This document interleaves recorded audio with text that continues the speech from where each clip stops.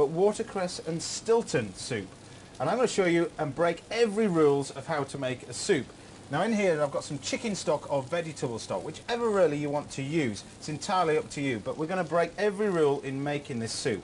We're going to add the ingredients to it, not salt it off beforehand. So what I've got is a selection of some nice chopped shallot, some garlic, about 2 cloves of garlic, a whole shallot just chopped, and then into there we're going to add some celery, because I love celery in the soup. I don't know about you, but I think celery is delicious. So we just chop up a little bit of celery, like that, to give an added flavour.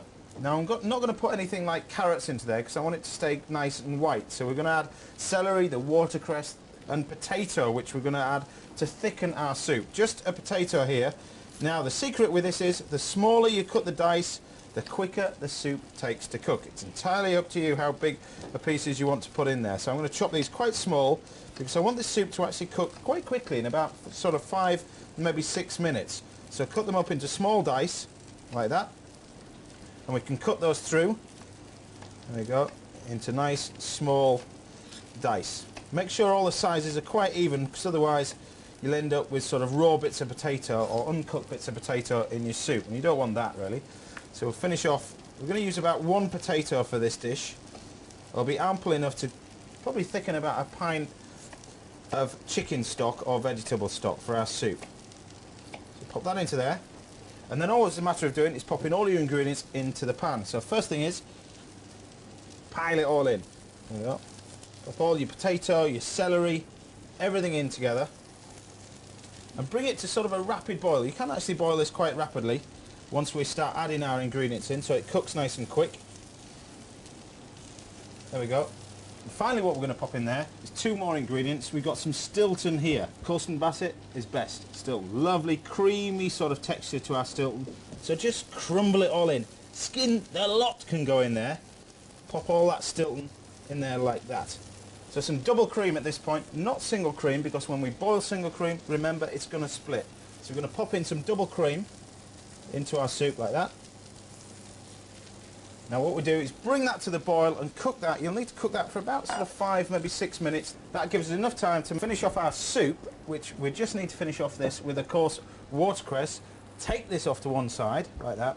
Now the watercress I actually like in a soup right at the last minute, because it retains all that nice colour and nice flavour, and I think it's a shame to actually add it in at the start, because all the flavour suddenly disappears and it goes brown. So we're going to take a couple of bunches of watercress out of here. There we go. And just place that on a board and cut it through, just right through, just a couple of times, stalks and all, or warts and all, and then we can pop that into our pan, like that. Just allow that to wilt down slightly. There we go.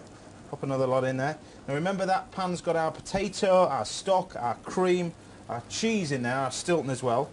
Then all we have to do is then blend it. And I'm going to use one of these little stick blenders here, but we just blend it all up into a paste.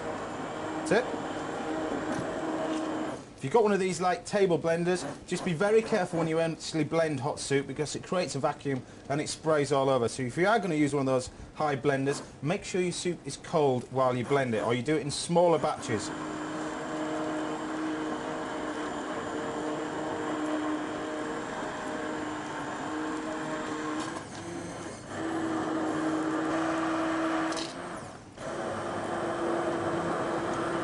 Once we've got it all nicely finely blended, we need to season that with a bit of salt and pepper.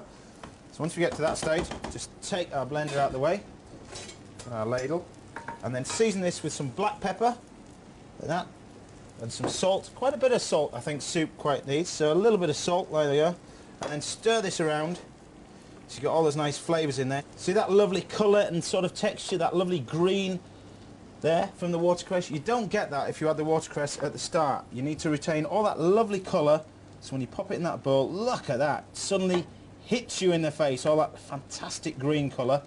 We'll just pop the remainder in to there, like that.